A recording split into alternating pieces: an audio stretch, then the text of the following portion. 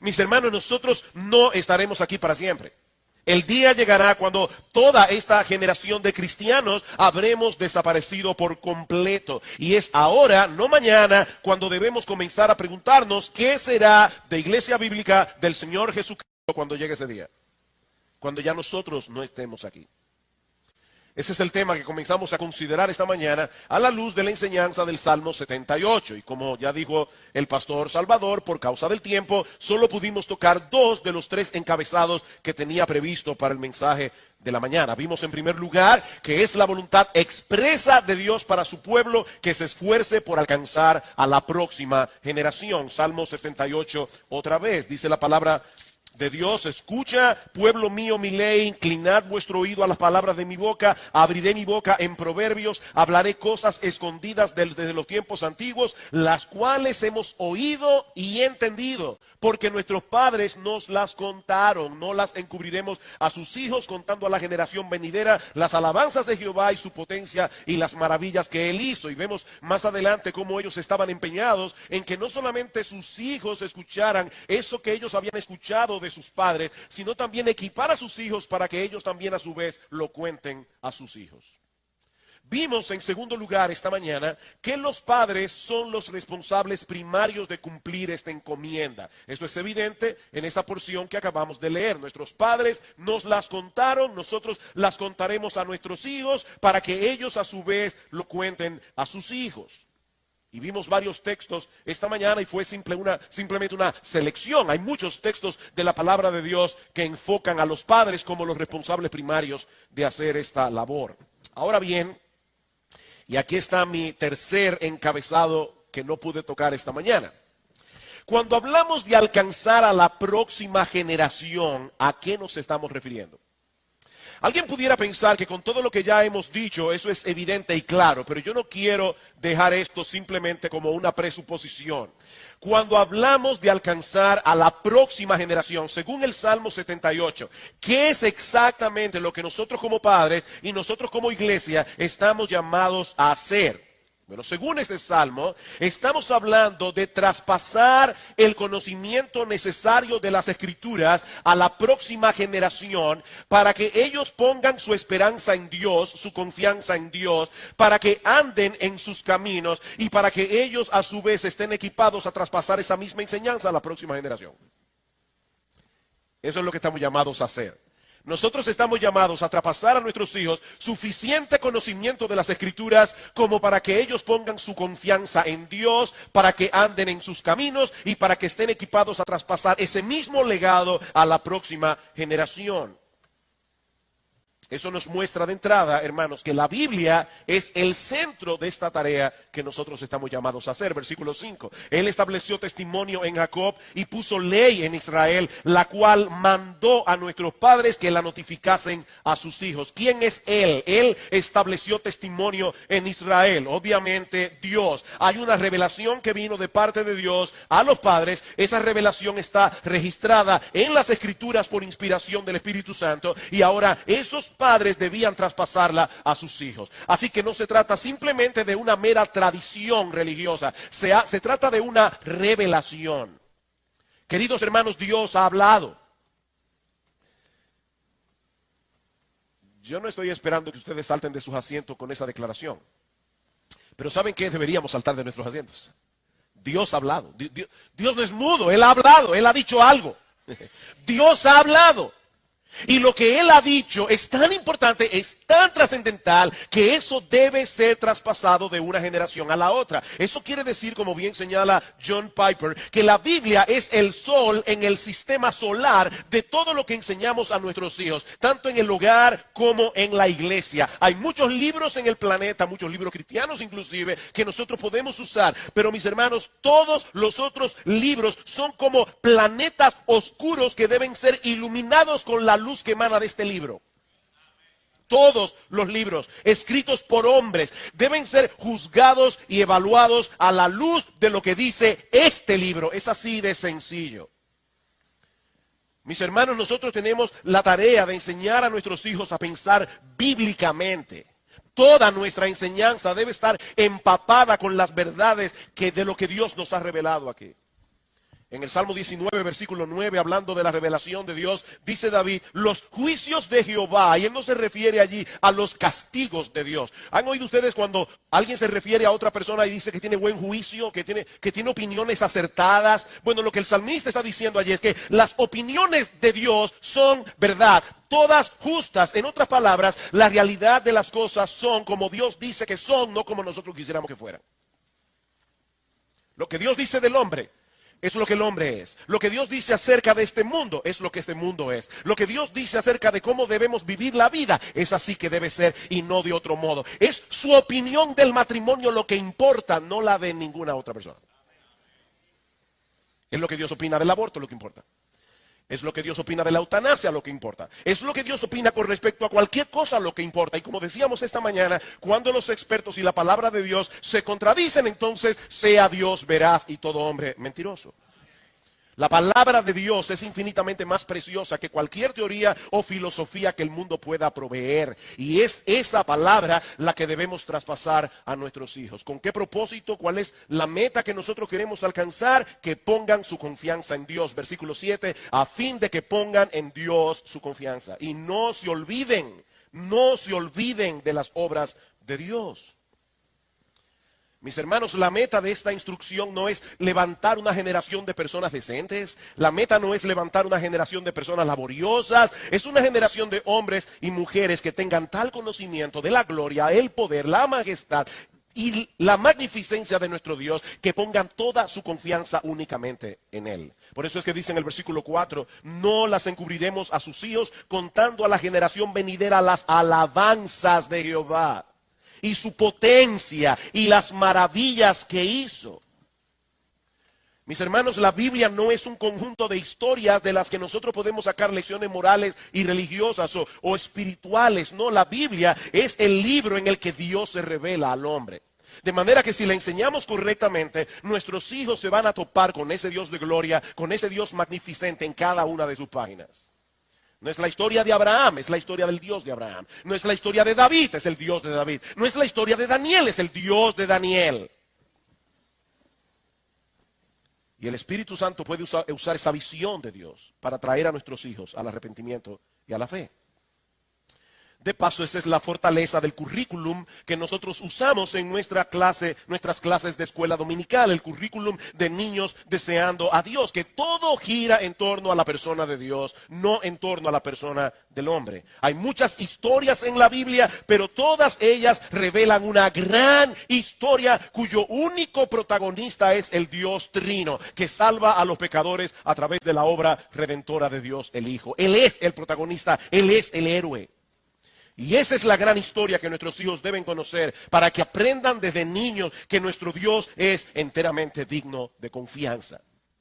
Y por supuesto, hermanos, nosotros tenemos un testimonio que dar a nuestros hijos. No se trata simplemente de darles una lección bíblica. Es que cuando vengan los problemas, nuestros hijos puedan ver en nosotros que de verdad nosotros confiamos en Dios. Podemos confiar en Él. Porque Él es sabio, podemos confiar en Él porque Él es bueno y perdonador, porque Él es el Dios de toda gracia, porque Él es el Todopoderoso, porque Él siempre cumple lo que promete, porque Él siempre gana, porque Él es santo, porque Él es justo, porque Él es el único que realmente puede satisfacer los anhelos más profundos del corazón humano. Es por eso que no hay nada más absurdo que una persona envanecida por su conocimiento de las Escrituras. Cuando uno conoce al Dios de las Escrituras, se humilla al pecador. Y Dios es exaltado. Así que es nuestro deseo que nuestros hijos puedan ver a través de las enseñanzas de las Escrituras la gloria y la majestad de nuestro Dios, para que puedan confiar en Él y andar en sus caminos. Versículos 7 y 8. A fin de que pongan en Dios su confianza y no se olviden de las obras de Dios, que guarden sus mandamientos, que no sean como sus padres, generación contumaz y rebelde, generación que no dispuso su corazón ni fue fiel para con Dios, su espíritu. La obediencia a los mandamientos de Dios es la evidencia de que verdaderamente amamos a Dios y confiamos en Dios. Nadie se salvará por guardar los mandamientos, eso lo sabemos, sino por confiar enteramente en la vida perfecta de Cristo, en su muerte en la cruz del Calvario. Somos salvos por gracia, por medio de la fe. Pero todos aquellos que han sido salvados por la gracia de Dios mostrarán la eficacia de esa gracia a través de una vida transformada. Juan 14, ustedes conocen el texto, el que me ama mi palabra guardará, mi Padre le amará, vendremos a él, haremos morada con él. Hasta aquí, hermanos, lo que yo estaba supuesto a predicar esta mañana. O sea, aquí termina el mensaje de la mañana. Y ahora comienza el mensaje de la tarde. Qué bueno que hay aire todavía. ¿Qué hemos visto hasta aquí? Que hay una tarea que hacer con la próxima generación y que los padres son los responsables primarios. Eso es básicamente lo que hemos visto. Sin embargo, mis hermanos, la iglesia es una familia en Cristo. Y como tal, no solo está llamada a ser de gran ayuda para los padres en el desempeño de su labor, y yo creo que esto aquí estamos todos claros en ese sentido, pero en esto que voy a decir ahora no estoy seguro de que estamos tan claros. La Biblia presenta a la iglesia como una familia y por lo tanto no solo estamos llamados a ser de gran ayuda para los padres en el desempeño de su labor, sino también a tener cierto tipo de relación con los niños de esos padres que están entre nosotros, aunque esos niños todavía no formen parte de la membresía de la iglesia. Nosotros creemos por las Escrituras que el bautismo es la puerta de entrada para la membresía de la iglesia local. Y creemos que este símbolo debe aplicarse únicamente a aquellos que muestran las evidencias de haber venido a Cristo en arrepentimiento y fe y que puedan asumir el compromiso de venir a ser parte de la membresía de la iglesia. Esa es la razón por la que nosotros no practicamos el bautismo infantil. No creemos que un niño tenga la capacidad de asumir la responsabilidad de venir a ser parte de la membresía de la iglesia. Sin embargo, mis hermanos, esto es crucial para todo lo que viene después. Aunque nuestros niños no sean miembros de la iglesia, yo pienso que cometemos un serio error si nos limitamos a verlos como meras visitas que asisten a nuestros cultos cada domingo. Y yo me temo que esa es la perspectiva que muchos pueden tener de los niños aquí. Meras visitas que están aquí incidentalmente porque sus padres están aquí y ellos no pueden estar en otro lugar. Y por lo tanto los niños están aquí. John Piper, a quien voy a estar citando mucho en este sermón, lo presenta de esta manera. Si bien es cierto que ellos no pertenecen a la membresía de la iglesia, aún así debemos verlos como pupilos amados de la comunidad del nuevo pacto. ¿Qué somos nosotros como iglesia? Somos una comunidad, la comunidad del nuevo pacto. Y en ese nuevo pacto, según Jeremías, capítulo 31, versículo 32, todos conocen al Señor. O sea que en el nuevo pacto no es como en el antiguo pacto. En el antiguo pacto se era miembro de la comunidad del pacto simplemente por ser hijos de israelitas. En el nuevo pacto no se es parte de la comunidad por ser hijo de cristianos. En el nuevo pacto es diferente. Sin embargo, como dice John Piper, aún así, ellos pueden ser vistos como pupilos amados de la comunidad del nuevo pacto. Ellos son cuidados espiritualmente en medio nuestro, aguardando con esperanza el día en que sean personalmente despertados y guiados por el Espíritu Santo a su fe en Cristo. Sigue diciendo Piper, nacer en la familia del nuevo pacto no convierte al niño en un miembro de la comunidad del nuevo pacto, pero sí hace a la comunidad del nuevo pacto guardiana espiritual de ese niño. ¿Debo repetir eso otra vez? Nacer en la familia del nuevo pacto, aquí hay muchos niños cuyas madres vinieron embarazadas a esta iglesia. En cierto modo, esta iglesia ha sido como la sala de parto donde esos niños nacieron y se han criado y han nacido. Bueno, el hecho de que tú hayas venido aquí a la iglesia embarazada o tu niño haya nacido siendo tú miembro de la iglesia no hace a ese niño salvo ni lo hace miembro de la iglesia. Eso es lo que Piper está diciendo aquí. Nacer en la familia del nuevo pacto no convierte al niño en un miembro de la comunidad del nuevo pacto, pero sí hace a la comunidad del nuevo pacto guardiana espiritual de ese niño. Nosotros tenemos una responsabilidad. ¿Por qué? Porque somos una familia. Ese es el punto aquí. Si nosotros somos una familia, tus hijos deben importarme a mí. Y más aún, como providencialmente tus hijos están aquí y están viniendo a la iglesia cada domingo, en cierto modo, alcanzar a tus hijos es preservar el futuro de la iglesia.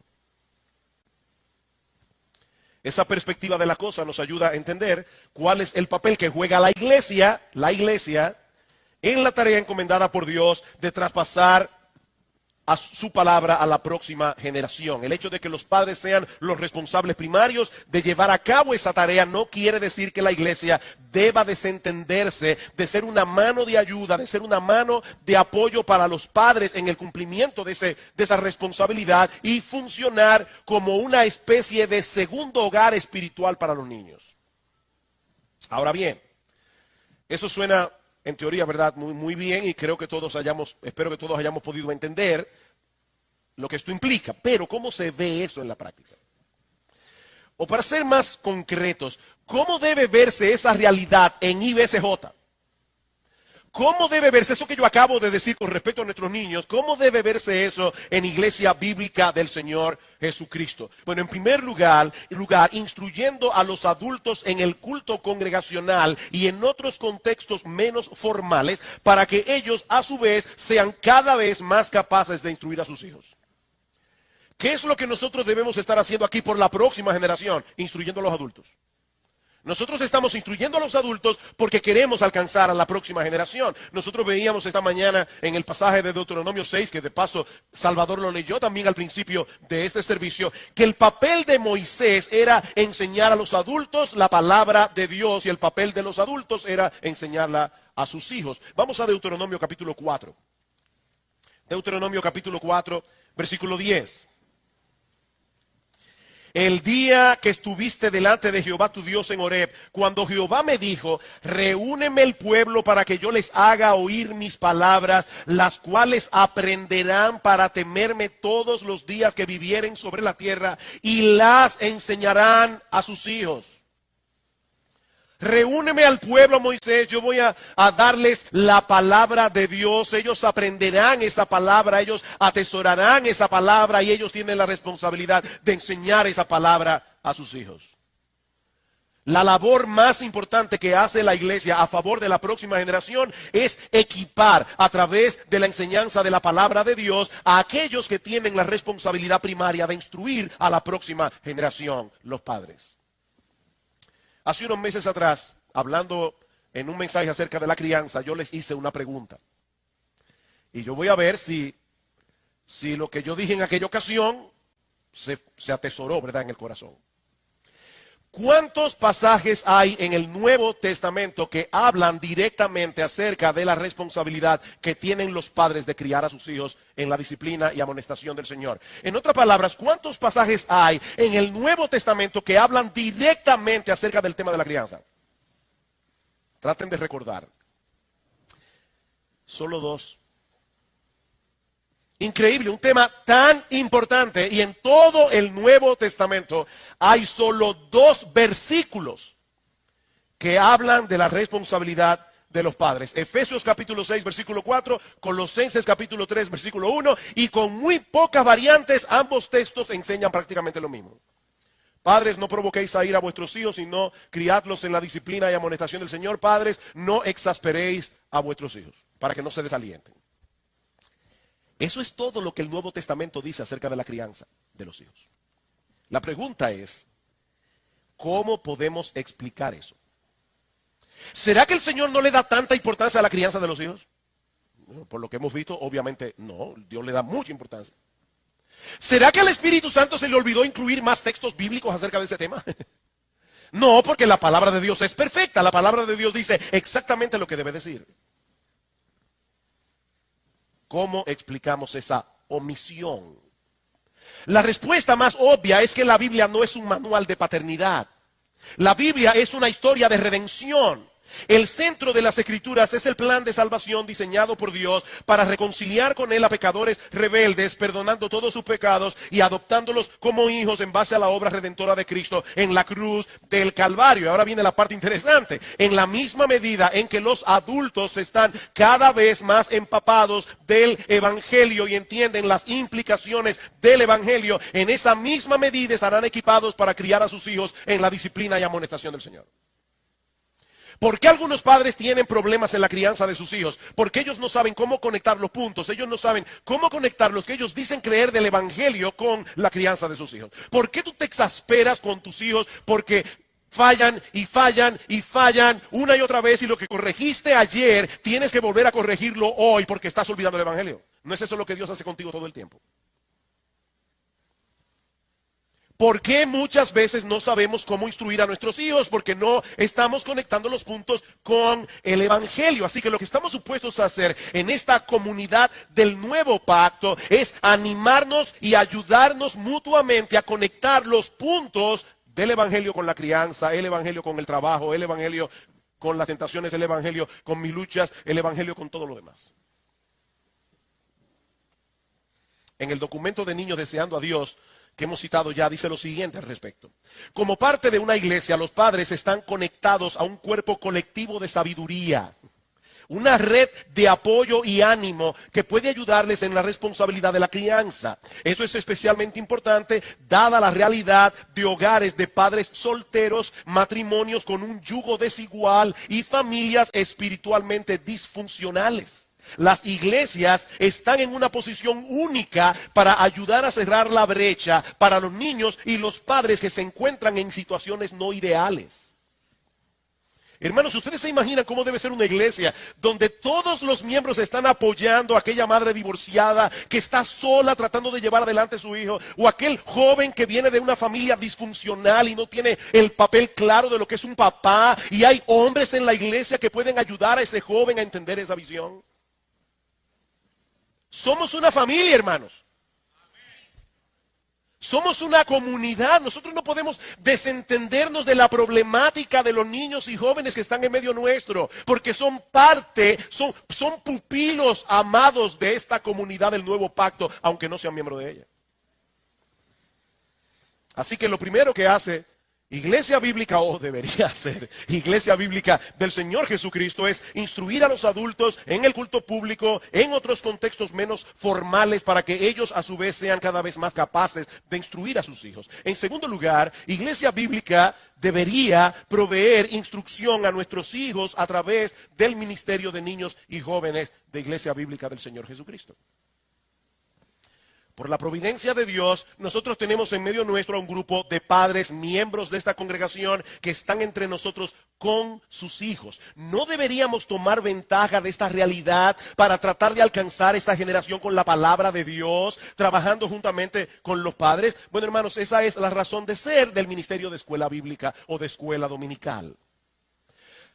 No se trata de un lugar en el que tratamos de entretener a los niños para que los padres puedan recibir instrucción en la iglesia tranquilo, con menos distracción. No, hermanos, no es un tiempo de cuidado, no es un tiempo de entretenimiento, es un tiempo de instrucción. Y otra vez nos identificamos plenamente con el documento de Niños Deseando a Dios cuando dice: es nuestra convicción que podemos hacer mucho para nutrir la fe de los niños que nos han sido encomendados. Al ver la agenda del mundo para con nuestros niños, percibimos una tremenda urgencia para que los padres cristianos y la iglesia presenten una agenda aún más impactante para ver a Dios en la vida de nuestros hijos. Hermanos, ellos tienen una agenda allá afuera. No recuerdo quién me decía esta mañana de las cosas que están pasando en países como Estados Unidos y otros lugares donde a los niños desde pequeños se les quiere hacer ver la homosexualidad como algo normal y natural. Y de hecho en las escuelas se lleva a los niños a jugar que son homosexuales. Hermanos, eso es una realidad que estamos viviendo. El mundo tiene una agenda. La pregunta es, ¿qué vamos a hacer nosotros como iglesia? Sigue diciendo este documento: nuestra visión para los niños debe ser más grande que la visión del mundo para ellos. Que nunca se diga de nosotros que nos quedamos de brazos cruzados viendo mientras el mundo moldeaba a nuestros hijos. Hermano, que nunca se diga eso de nosotros. Nosotros como iglesia debemos asumir esa responsabilidad. Así que por favor, mis hermanos, por favor, Dios, en nombre de todo el equipo de escuela bíblica, de Iglesia Bíblica del Señor Jesucristo, en nombre de todos los maestros, por favor, no vuelvan a preguntar si hay cuidado de niños. Porque aquí nunca hay cuidado de niños. Nosotros no estamos aquí como una guardería. Nosotros no somos cuidadores de niños, somos instructores. Por favor, hermanos, quitémonos ese vocabulario de nuestras bocas. ¿Alguna vez tú has pensado que en el hecho de que en esas aulas se encuentran sentados probablemente los futuros miembros y pastores de esta iglesia? Y lo que es todavía más crucial, ¿alguna vez has considerado el hecho de que cualquiera de esos niños en cualquier momento puede pasar a la eternidad? ¿Cuándo comenzaremos a tomar en serio la salvación de sus almas? ¿Cuándo comenzaremos a tomar en serio la salvación de sus almas? Comentando acerca de ese pasaje que voy a citar en un momento, cuando el Señor bendice a los niños, dice Juan Carlos Ryle: estos versículos nos animan a intentar grandes cosas en la instrucción religiosa de los niños. Tratémoslos desde sus primeros años como a quienes tienen almas que se habrán de salvar o perder. Esforcémonos por llevarlos a Cristo. Asegurémonos de que conocen la Biblia tan pronto como tengan un mínimo de entendimiento. El mundo nos dice que debemos esperar hasta que nuestros hijos sean mayores y entonces ellos puedan decidir por sí mismos el conjunto de creencias que ellos van a aceptar. Alguien me decía en el día de hoy: wow, esa es una trampa diabólica. Es como si el diablo nos estuviera diciendo: no se preocupen, yo me encargo de ellos. Déjenlos tranquilos, no traten de inculcar creencias. ¿Y ustedes creen que el mundo no tratará de inculcar creencias en esos años? O sea que el diablo quiere que nosotros le dejemos nuestros hijos por un tiempo, que Él nos los va a devolver cuando ya no sirvan para nada. Cuando tengan sus mentes y sus corazones dañados por el pecado. Yo sé que Cristo puede redimir y aquí hay muchos testimonios de esa realidad. Pero ¿por qué tenemos que esperar que lleguen esos años difíciles para tratar de rescatarlos con el Evangelio? Si los tenemos aquí a nuestras manos y podemos predicarles el Evangelio ahora. No, mis hermanos, debemos tratar de alcanzar a nuestros niños cuando todavía son moldeables, cuando todavía no han desarrollado aquellos rasgos de carácter que luego les será sumamente difícil de manejar. Sí, Dios es soberano en la salvación de los pecadores, pero hay algo interesante, está demostrado estadísticamente, aunque yo no estoy seguro de que estas estadísticas sean tan reales, porque muchas personas llaman conversión a cualquier cosa, pero está estadísticamente demostrado que por lo menos en cuanto a profesión de fe, el 85% de las personas hacen profesión de fe entre los 4 y los 14 años de edad. El 85% de las personas.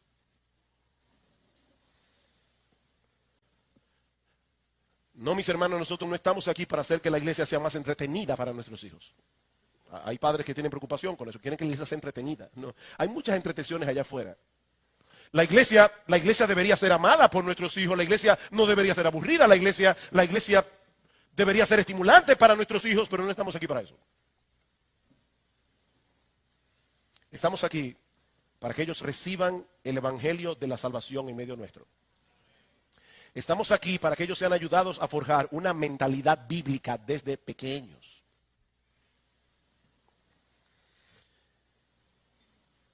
Voy bien. Amado hermano, tú estás haciendo uso de este recurso que tu iglesia te está proveyendo. Hoy comenzamos la escuela dominical y esa es la razón, lo dijimos esta mañana, por la que estamos predicando estos mensajes. ¿Estás haciendo provisión para estar aquí a tiempo los domingos? A las 10 de la mañana. Para que tus hijos, de paso, reciban el mensaje de que para ti la iglesia es importante. Hermanos, ¿qué mensaje ustedes creen que nosotros enviamos a nuestros hijos cuando por cualquier razón no estamos aquí el miércoles en el culto de oración? Nosotros estamos enviando un mensaje. ¿O ustedes creen que no? O cuando llegamos tarde a los cultos de la iglesia, ¿qué mensaje estamos enviando? Que esto no es importante. Aparte de que interrumpimos la clase o de que sencillamente no recibimos el beneficio de hermanos y hermanas que durante toda la semana sacrificialmente se han preparado para poder instruir a nuestros hijos con un currículo que es excelente, bíblicamente hablando. Pero tus hijos no se beneficiaron de eso porque no estaban aquí. ¿Te estás comunicando con los profesores de escuela dominical? No simplemente para saber cómo se portó el muchacho hoy. No, te estás comunicando con ellos para saber qué es lo que se está impartiendo en el aula. ¿Por dónde van ellos para tú hacer un refuerzo en la casa? ¿Cómo están reaccionando tus hijos a la enseñanza de tal manera que puedan trabajar juntos en esto, tú y el maestro? De paso, al resto de la congregación. Hermano, ¿alguna vez tú te has preguntado, y estoy hablando aquí no a los padres, estoy hablando a toda la iglesia, ¿alguna vez te has preguntado si hay algo que tú puedas hacer para integrarte a este ministerio? Es sacrificial. Hay hermanos que dicen, yo no quiero servir el domingo en la mañana porque no me quiero perder el culto. Alguien se lo va a perder para enseñar a los niños de 2 a 4 años, por lo menos. ¿Hay algo que tú puedas hacer por este ministerio? Acércate y pregunta. Tal vez tú no tienes el don de enseñar, tal vez tú no puedes dar clases, pero puedes liderar un grupo pequeño en la escuela dominical. Luego que la clase se imparte hay grupos pequeños y hay líderes de grupos pequeños que tratan de llevar esa enseñanza prácticamente al corazón de nuestros niños. Tal vez lo más que tú puedes hacer es sacar copias. Yo no sé, pero hay muchas cosas que tú puedes hacer. Acércate y pregunta. ¿Recuerdan la pregunta de esta mañana? ¿Qué queremos que sea nuestra iglesia dentro de 30 años? Bueno, tenemos que comenzar a trabajar ahora, no dentro de 30 años. Pero hay un aspecto más que no debemos pasar por alto, y este es quizás el aspecto más extenso del papel que juega la iglesia en la tarea de alcanzar a la próxima generación. Y es recibiendo a los niños en nuestros cultos con alegría y un verdadero deseo de que la presencia especial de Dios en medio nuestro obre poderosamente en sus almas. Recibiendo a los niños en nuestros cultos con alegría y un verdadero deseo de que la presencia especial de Dios en medio nuestro obre poderosamente en sus almas. Marcos capítulo 10, versículo 13. Marcos capítulo 10, versículo 13 al 16.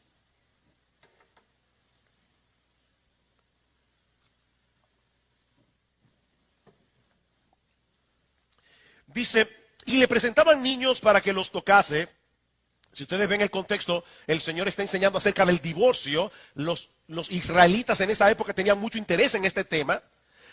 Y presentaban niños para que los tocase, y los discípulos reprendían a los que los presentaban. Viéndolos, Jesús se indignó y les dijo, dejad a los niños venir a mí, no se lo impidáis, porque de los tales es el reino de Dios. De cierto os digo que el que no recibe el reino de Dios como un niño, no entrará en él. Y tomándolos en los brazos, poniéndole las manos sobre ellos, los bendecía. Imagínense, hermanos, la escena que nosotros tenemos aquí. El Señor Jesucristo está instruyendo a los discípulos un tema sumamente importante, sumamente espinoso. Los discípulos estaban muy atentos a cada palabra que decía el Señor. Tenían preguntas, el Señor estaba respondiendo sus dudas. Ellos estaban sumamente interesados en entender cada una de las enseñanzas del Señor. Hasta que de repente llega un grupo de padres con sus niños pequeños a interrumpir las enseñanzas de Cristo para que bendijera a sus hijos. Y yo me imagino ya a los apóstoles pensando, ¿verdad? Lo que lamentablemente yo creo que algunos de nosotros hubiéramos pensado. Porque es muy fácil, ¿verdad?, masacrar a los discípulos. Pero ya yo me imagino, de hecho, yo creo que yo hubiera pensado así, para ser más directo. Yo creo que yo me hubiera molestado con los padres. Y me hubieran dado mis ramplinazos ese día. ¿Cómo es posible que el Hijo de Dios pierda su tiempo prestando atención a un grupo de niños? Él tiene otras cosas más importantes que hacer que bendecir bebés. Jesús no pensaba así. Hermanos, Jesús no pensaba así. En vez de molestarse con estos padres o con sus niños menos, Jesús se molestó más bien con los apóstoles por tratar de impedir que esos niños llegaran a Él para ser bendecidos. Cristo se molestó. De hecho, la palabra que se usa en el versículo 14 es una palabra muy fuerte. Cuando dice que se indignó, Jesús estaba molesto, hermanos. Molesto. Muy indignado. Jesús quería bendecir a esos niños. Jesús quería orar por esos niños, porque Él no vino al mundo únicamente para salvar a adultos. Él vino también para salvar a niños, y para tratar con niños, y para sanar niños. Miren, nuestro Dios es tan misericordioso y le pone tanta atención a los niños. ¿Ustedes se acuerdan de esa escena cuando, estaba leyéndolo esta semana, cuando Ismael y Agar son echados de la casa y están en el desierto y de repente ya Agar piensa que van a morirse de sed y dice que Ismael alzó la voz y gritó y dice que el Señor oyó la voz del muchacho. Dios le hizo bien a Agar por el niño, no al niño por Agar. Dios escuchó la voz de ese niño. Escuchó sus ruegos, sus gritos. Dios le hace caso a los niños. Mis hermanos, a lo largo de la historia de la redención, nosotros vemos el interés de Dios de que los niños participen junto a los adultos cuando su palabra es enseñada. Josué capítulo 8. Josué capítulo 8, versículos 34 y 35. Y quiero buscar estos textos de la palabra de Dios, no quiero darlos por sentado.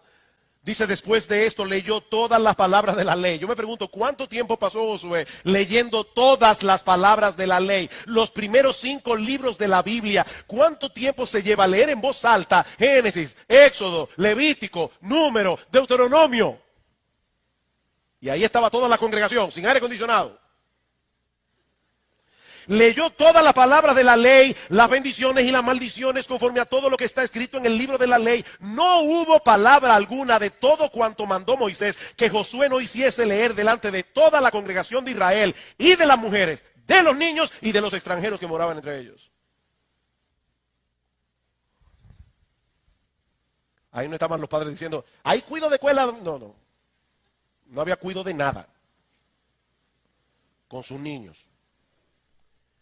Oyendo la ley entera. ¿Qué le parece? Nehemías capítulo 8. Nehemías capítulo 8. Y se juntó todo el pueblo como un solo hombre en la plaza que está delante de la puerta de las aguas, y dijeron a Esdras el escriba que trajese el libro de la ley de Moisés, la cual Jehová había dado a Israel. Y el sacerdote Esdras trajo la ley delante de la congregación, así de hombres como de mujeres y de todos los que podían entender. Y en el versículo 3 vuelve sobre lo mismo, todos los que podían entender. Esa es la razón por la que nosotros tenemos aquí a los niños a partir de 5 años. Entendemos que ellos pueden entender. Segunda de Crónicas, capítulo 20, versículo 13, el pueblo de Israel está en un gran aprieto. Segunda de Crónicas, capítulo 20, versículo 13. Dice, y todo Judá estaba en pie delante de Jehová con sus niños y sus mujeres y sus hijos. Ahí estaba todo el mundo de pie ante Dios, rogando por liberación. Hay algunos padres que se nos acercan y nos dicen, pastores, ¿y por qué no tenemos mejor a los niños fuera del culto? Porque ellos no entienden lo que se está predicando. Además, algunos adultos me dicen, ni yo lo entiendo mucho. Eso ya es un problema.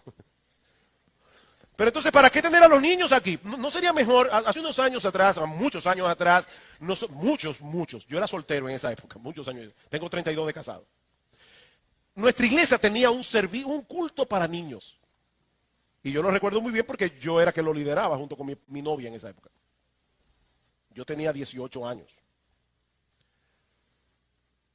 ¿Por qué no hacemos eso? ¿Por qué no tenemos un culto para niños? Y sacamos a los niños de aquí. Si no están entendiendo nada, o no mucho. Los esposos John y Noel Piper escribieron un breve tratado titulado La familia juntos en la presencia de Dios. Y hermanos, definitivamente, yo no puedo decirlo mejor que ellos, así que ustedes me van a permitir leerles algunos extractos de este folleto. La familia adorando juntos en la presencia de Dios. Por ejemplo, dicen ellos, Hay varias razones por las que instamos a los padres a traer a sus hijos a la reunión de adoración. Pero estos argumentos no conllevarán mucho peso para los padres que no aman adorar a Dios. En otra palabra, no importa cuántos argumentos tú des, si el papá mismo no ama adorar a Dios, no estamos haciendo mucho. La mayor piedra de tropiezo para los niños durante la adoración es que sus padres no aprecien ese momento. Los niños pueden sentir la diferencia entre el deber y el deleite. Cuando tus hijos están aquí en el culto, adorando junto a ti, ellos cómo te ven adorar. Para ellos es claro que es un deber estar aquí porque yo soy miembro de la iglesia, o es un deleite. Por lo tanto, la labor principal y más importante de un padre es enamorarse de la adoración a Dios. Usted no puede impartir lo que no posee. Otro punto. Adorar juntos va en contra de la fragmentación contemporánea de la familia. Hermano, nosotros estamos viviendo en una época de fragmentación contemporánea. Nuestra generación trata de ahondar la brecha entre los hijos y los padres. Y nosotros no podemos meternos en ese mismo tren. La agitada vida de nuestra sociedad deja muy poco tiempo para la unidad significativa. Es difícil sobreestimar la buena influencia que imparte el hecho de que las familias hagan cosas valiosas juntas semana tras semana, año tras año. ¿Y qué puede ser más valioso que venir a la iglesia y adorar a Dios? Adorar, dicen ellos, es lo más valioso que un ser humano puede hacer. Y me encantó esta parte. El efecto acumulado, porque a veces nosotros creemos que si en el culto los niños no entendieron nada o casi nada, ahí no pasó nada. Pero hay un efecto acumulado. Cuando tus hijos fueron a la escuela, ellos no aprendieron cálculo en kinder. Ellos aprendieron primero a ver los números y luego a sumar 1 más 1 y fue acumulando el conocimiento hasta llegar a lo más avanzado. ¿Eso pasa en la iglesia? Dicen ellos, el efecto acumulado de 650 servicios de adoración junto a papá y mamá entre las edades de 4 y 17 años es incalculable. Incalculable. Los padres tienen la responsabilidad de enseñar a sus hijos con su propio ejemplo el significado y el valor de la adoración. Por lo tanto, los padres deberían desear que sus hijos estén con ellos en la adoración para que los niños puedan absorber el espíritu y la forma en que sus padres adoran. ¿Por qué queremos enviarlos a que otros se encarguen de eso? Cuando la mayor influencia deberíamos ser nosotros. Los niños deberían ver cómo papá y mamá inclinan sus rostros en sincera oración durante el preludio y en otros momentos que no son dirigidos. O sea, estamos aquí en la iglesia, papi está orando por el culto. El culto no ha empezado todavía, pero el niño lo ve eso.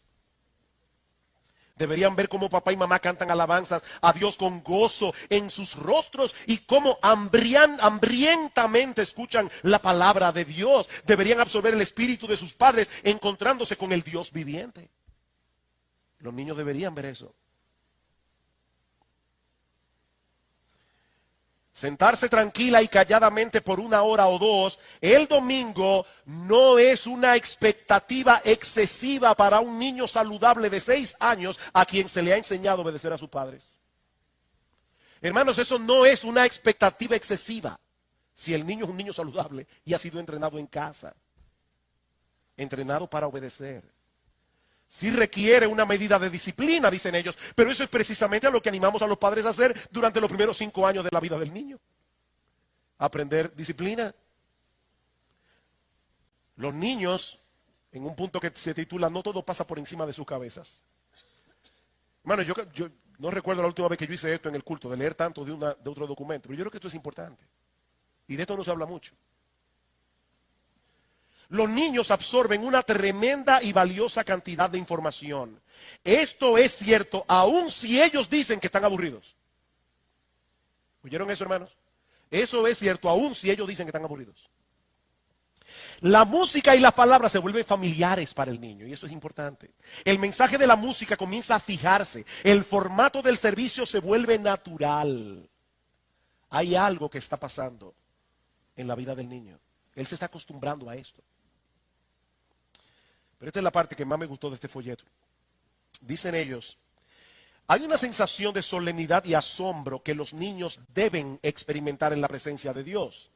Es probable que esto no ocurra en la iglesia infantil, Como yo le decía, hay iglesias que tienen iglesia infantil. Los niños salen del culto, se van a su iglesia infantil hasta los 12 años. Y hay algunas iglesias, y yo respeto eso, no comparto esa opinión, pero hay iglesias que también tienen escuela dominical durante el culto hasta los 12 años de edad. Dicen ellos, hablando de la iglesia infantil, ¿existe tal cosa como un trueno infantil o un relámpago infantil o el rugir del mar infantil? O sea, ¿por qué nosotros queremos tener una iglesia infantil si no existe un trueno infantil, ni un ruido del mar infantil, ni un león infantil? Los niños deben acostumbrarse a que hay cosas en la vida que son gloriosas y tremendas. Y la presencia de Dios es una de ellas. Una sensación profunda de lo desconocido y lo misterioso puede nacer en el alma de un niño sensible durante la adoración solemne si sus padres están buscando fervientemente a Dios por sí mismo. Una profunda emoción por la magnificencia de Dios puede llegar al joven y tierno corazón a través de ciertas partes de los grandes himnos o del fuerte silencio o de una prédica con autoridad. Él no sabe lo que el predicador está diciendo, no lo entiende todo, pero él sabe una cosa, ese hombre parece que cree lo que está predicando y lo predica con autoridad. Y eso está haciendo un impacto en la mente del niño, enseñándole a respetar la palabra de Dios. Esto es de inmensurable valor para cultivar un corazón que teme y ama a Dios. Y ahora escuchen esta parte, la última que le voy a leer. No creemos que los niños que han estado en la iglesia infantil por varios años, entre las edades de 6 y 12 años, tendrán mayor inclinación o estarán mejor entrenados para disfrutar la alabanza que si hubieran pasado todos esos años al lado de sus padres. De hecho, es probable que sea lo opuesto. Probablemente será más difícil aclimatar a un niño de 10 o 12 años a un nuevo servicio de alabanza que a un niño de 5 o 6. El cemento ya no está tan fresco a los 12 años y ya se han esfumado vastas posibilidades de moldear los impulsos de su corazón. Ahora, hermanos, algunos dirán, amén, amén, amén, qué bueno. Pero eso quiere decir que nosotros estaremos dispuestos a hacer ciertas cosas. ¿Qué se espera de un niño en el culto? Respeto por la casa del Señor. Nosotros como padres tenemos que enseñarles respeto por la casa del Señor, respeto por los adultos. Hermanos, a veces hay niños que van corriendo, si se encuentran con una señora mayor, vamos a tener que ir a la Plaza de la Salud por lo menos. Tenemos que enseñarle que esto no es un parque y que hay ciertas cosas en lo que deben, ¿verdad?, cuidarse. Respeto por otros. Ahora, ¿qué se espera de los miembros de la iglesia? Esta es la parte que me interesa a mí.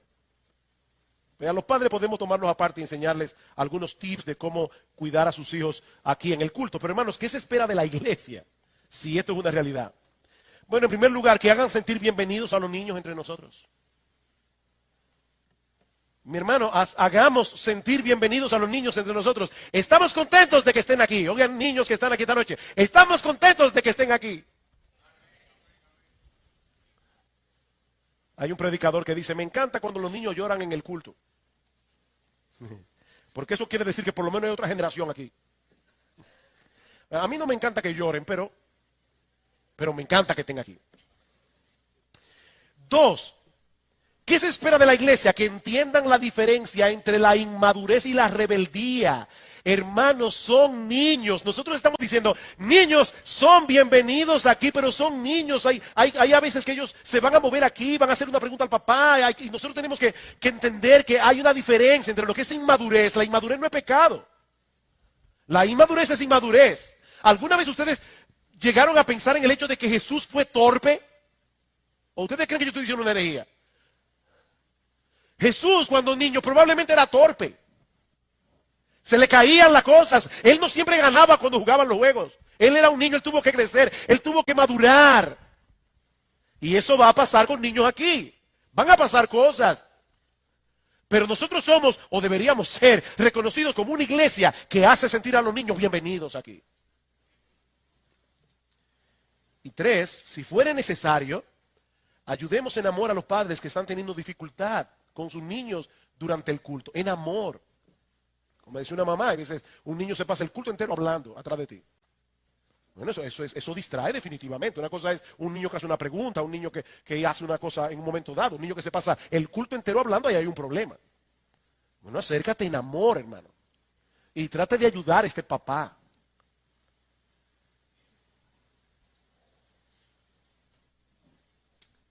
Hermanos, antes de concluir, yo quisiera, por favor, que ustedes fueran conmigo a Apocalipsis capítulo 7. Apocalipsis capítulo 7. Yo les decía esta mañana que quería hacer con ustedes un ejercicio de imaginación. Bueno, yo voy a terminar con otro ejercicio de imaginación. Apocalipsis capítulo 7, versículos 9 al 12. Después de esto miré, por favor visualízalo, visualiza esto.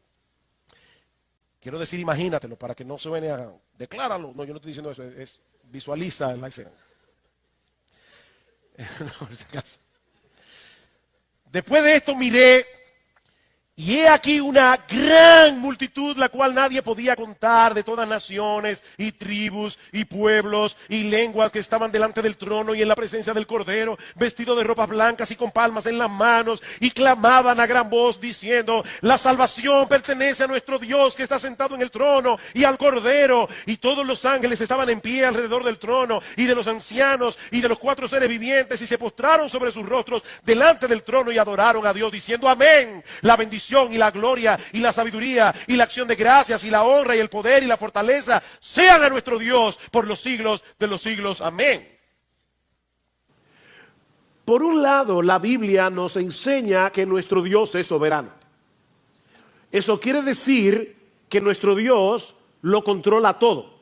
Nuestro Dios tiene control absoluto sobre todo lo que Él ha creado, a tal punto que el Señor Jesucristo nos dice en Mateo capítulo 10, versículo 29, que no se cae un pajarito a tierra sin la voluntad de Dios. Piensen en eso. Estaba leyendo que los científicos estiman que la población mundial de aves oscila, no es un número fijo porque las aves nacen, mueren, pero oscila entre los 50,000 millones y los 430,000 millones de aves.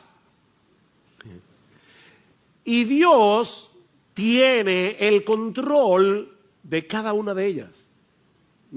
No se cae a tierra un pajarito sin la voluntad de Dios. La voluntad de Dios abarca aún las cosas más pequeñas, microscópicas, como el coronavirus, que ocurren en su universo, porque el que no lo controla todo, no controla nada. Eso es lo que nos pasa a nosotros, ¿verdad? Cualquier imprevisto puede echar por tierra nuestros planes. Nuestra hija mayor está en los Estados Unidos, ustedes lo saben, ella regresaba este viernes, pero a nuestro nieto menor le dio COVID. Y luego a la niña le dio COVID, a una de las niñas, ¿ya? No pudieron viajar. Nosotros hacemos planes, pero una cosita tan pequeña como el coronavirus impide nuestros planes. Si hubiera sido gripe no hubiera habido ningún problema, pero no era gripe. Pero mis hermanos, a Dios no le sucede eso. Porque dice la Escritura que nada ni nadie puede impedir, puede detener la mano de Dios, dice en Daniel capítulo 4, para que Él haga lo que Él ha decidido hacer, porque yo soy Dios y no hay otro Dios, dice en Isaías 46, y nada hay semejante a mí, que anuncio lo por venir desde el principio y desde la antigüedad lo que aún no era hecho, que digo, mi consejo permanecerá y haré todo lo que yo quiero. Ese es nuestro Dios. Y Pablo dice en Efesios capítulo 1 versículo 11 que nuestro Dios obra todas las cosas conforme al consejo de su voluntad. No el 50% de las cosas, no el 90 ni el 99. Él obra todas las cosas conforme al consejo de su voluntad. La pregunta que eso levanta es: ¿qué sentido tiene que oremos? Si a final de cuentas va a suceder lo que Dios ha decretado que va a suceder. ¿Hace alguna diferencia el hecho de que yo le ore a Dios o no? Bueno, en el pasaje que vamos a estudiar en esta mañana, nosotros encontramos algunas respuestas a ese dilema. Les pido por favor que vayan conmigo a Romanos capítulo 15.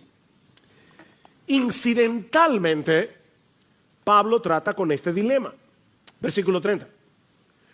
Os ruego, hermanos, por nuestro Señor Jesucristo y por el amor del Espíritu, que os esforcéis juntamente conmigo en vuestras oraciones a Dios por mí, para que sea librado de los que son desobedientes en Judea, y que mi servicio a Jerusalén sea aceptable a los santos, y para que con gozo llegue a vosotros por la voluntad de Dios, y encuentre confortante reposo con vosotros. El Dios de paz sea con todos vosotros. Amén. Como vimos la semana pasada, Pablo deseaba llevar el evangelio hacia España, en la frontera occidental del Imperio Romano, pero desde hace mucho tiempo él deseaba visitar a los creyentes en Roma. Así que él había planificado pasar por Roma en su viaje a España. Eso fue lo que vimos en el pasaje que estudiamos el domingo pasado. Pero antes, Pablo tiene que desviarse en sentido contrario, le dice él a los creyentes en Roma. Quiero ir a ustedes, pero yo necesito primero ir a la ciudad de Jerusalén para llevarles una ofrenda que los creyentes de Macedonia y de Acaya, dos regiones en Grecia, los creyentes de Macedonia y Acaya han colectado para los pobres que están en Judea. Estas iglesias estaban compuestas mayormente por gentiles, es decir, personas que no eran judías. Ahora, Pablo sabía que ese viaje hacia Jerusalén encerraba dos grandes peligros. Por un lado, él sabía que los judíos incrédulos de Judea le habían puesto precio a su cabeza. Alguien decía que si Pablo hubiera vivido en el salvaje oeste, en casi todas las esquinas de Jerusalén habría una foto suya con una inscripción que dice: se busca vivo o muerto. Pero por el otro lado, a algunos judíos creyentes, cristianos, se les hacía muy difícil entender la realidad de que por causa de nuestra unión con Cristo, ahora todos los cristianos tenemos el mismo estatus en la presencia de Dios. No importa si tú eres judío, si tú eres griego, si tú eres dominicano, si tú eres chileno, todos los cristianos tenemos el mismo estatus en la presencia de Dios. Y muchos de ellos veían a Pablo con cierto recelo porque su ministerio estaba dedicado precisamente hacia el mundo gentil, es decir, fuera de Israel. De manera que existía la posibilidad de que estos creyentes en Jerusalén rechazaran la ofrenda de estas iglesias de Macedonia y Acaya, y eso iba a poner en riesgo la unidad de la iglesia. Y de paso, estaba pensando que hay que amar mucho a Cristo y a la iglesia para hacer un viaje de más de 3,000 kilómetros sin tú saber cuál va a ser el resultado. O sea, tú vas a llevar una ofrenda y tú no sabes si te van a recibir con mucha alegría o te la van a rechazar. 3,000 kilómetros, más de 3,000 kilómetros, con muchos peligros, con muchos problemas para llevar esta ofrenda. Es en ese contexto que Pablo le pide a estos creyentes que oren por él. Y él dice 3 cosas. Yo quiero que ustedes oren por mí, primero para que sea librado de los rebeldes que están en Judea, los judíos incrédulos que están en Judea. Segundo, yo les pido que oren para que los creyentes en Jerusalén reciban con gozo mi ofrenda. Y 3, para que al final yo pueda tener un próspero viaje para ir a vosotros según la voluntad de Dios. ¿Ven el versículo 32? Y para que con gozo llegue a vosotros por la voluntad de Dios. Y es precisamente aquí donde vamos a iniciar nuestra exposición de hoy, en esta paradójica petición del apóstol Pablo, en este paradójico ruego del apóstol Pablo.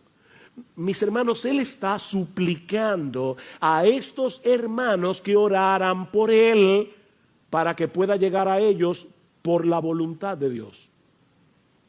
Oren por mí para que yo pueda llegar a ustedes por la voluntad de Dios. Pablo creía firmemente en la soberanía de Dios, en el control de Dios. Sin embargo, lo interesante es que eso no obstaculizaba la vida de oración del apóstol Pablo. Pablo era un hombre de oración. Lean sus cartas, en casi todas dice, estoy orando por ustedes, y en muchas de ellas les dice, oren por mí. Pablo creía en la soberanía de Dios, pero eso no lo obstaculizaba en su vida de oración, sino que más bien lo impulsaba a orar. Al inicio de esta carta, Romanos 1:10, Pablo les dice que él los recordaba sin cesar en sus oraciones, implorando que ahora por fin, por la voluntad de Dios, logre ir a vosotros. Otra vez, por la voluntad de Dios. Y la pregunta es, ¿cómo se conectan esas dos cosas?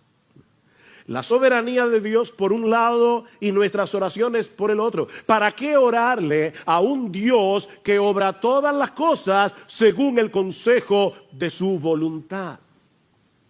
Bueno, mis hermanos, este no es el lugar para hacer un estudio profundo sobre la teología de la oración. Pero brevemente podemos decir al menos 5 razones, no 4 o 5, que deben movernos a orar al Dios del universo que por causa de Cristo ha venido a ser nuestro Padre.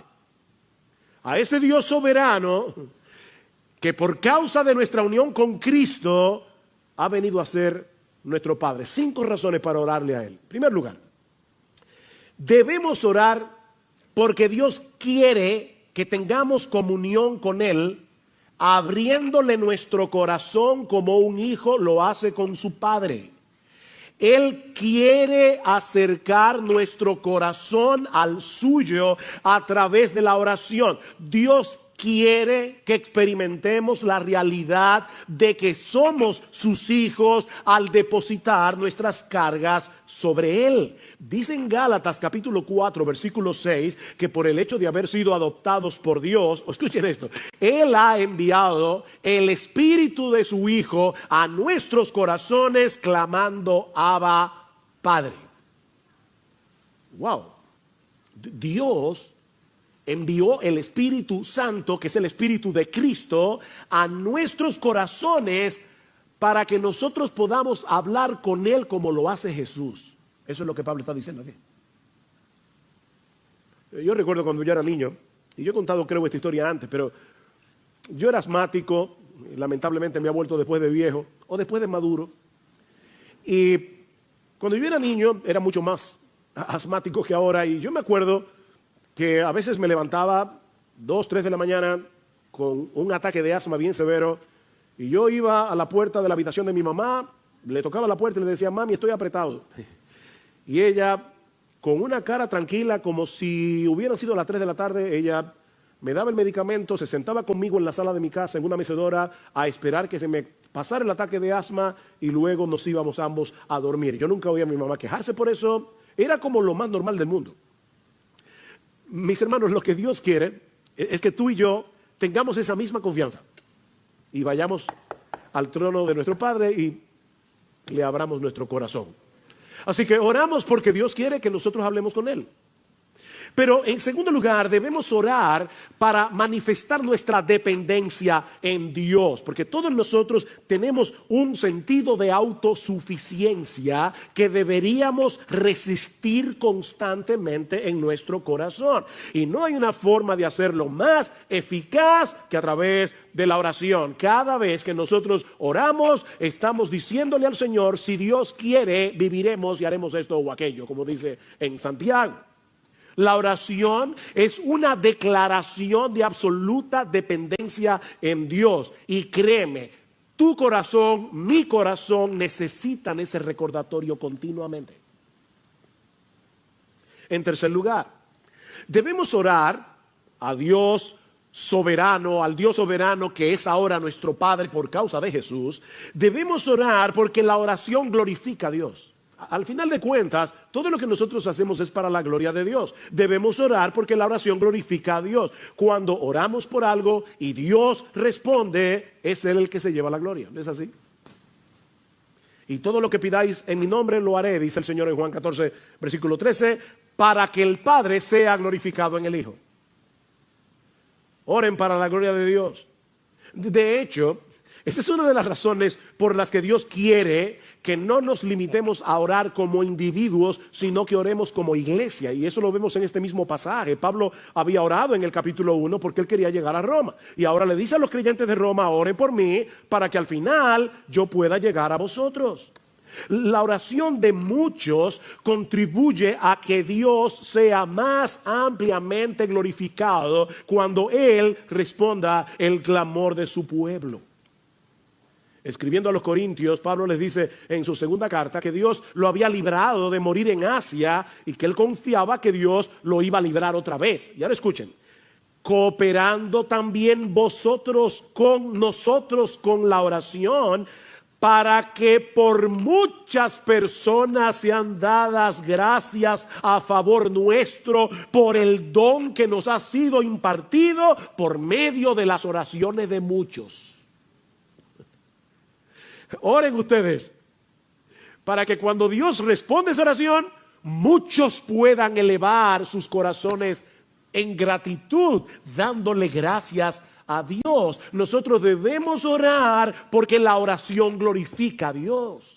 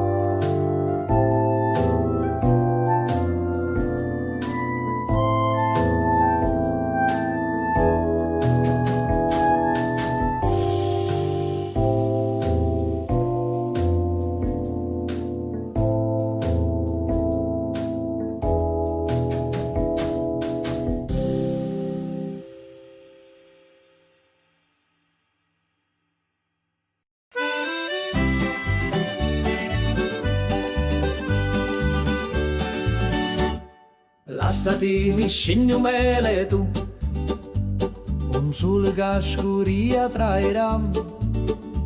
Mi dissi vieni con me stasera, una sera che pari a magia, una cantina che durava musto, lo cuore mio, gli incidetti tutto.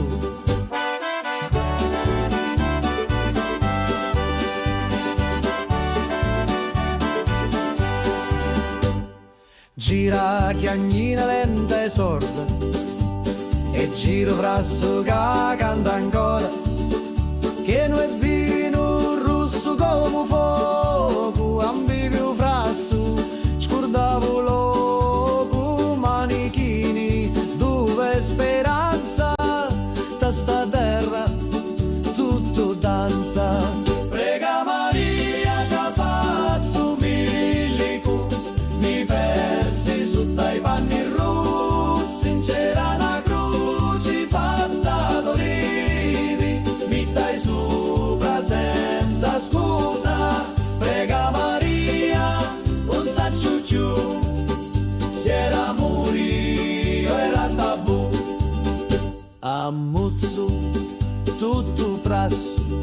toglieva cori come passo.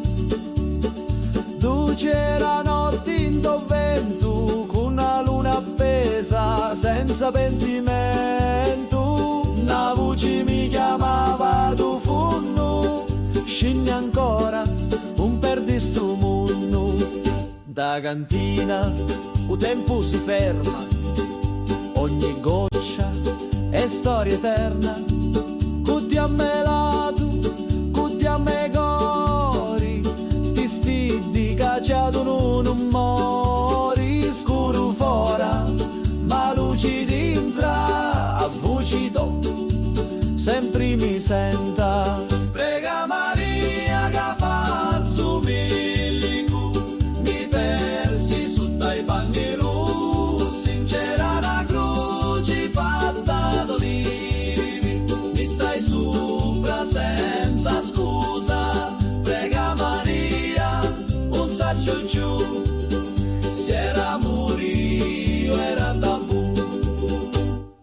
Lassati mi scigno meletu, ogni volta, ogni giornata, a ti attorno in ta cantina, con vino speranza e una picca rovina.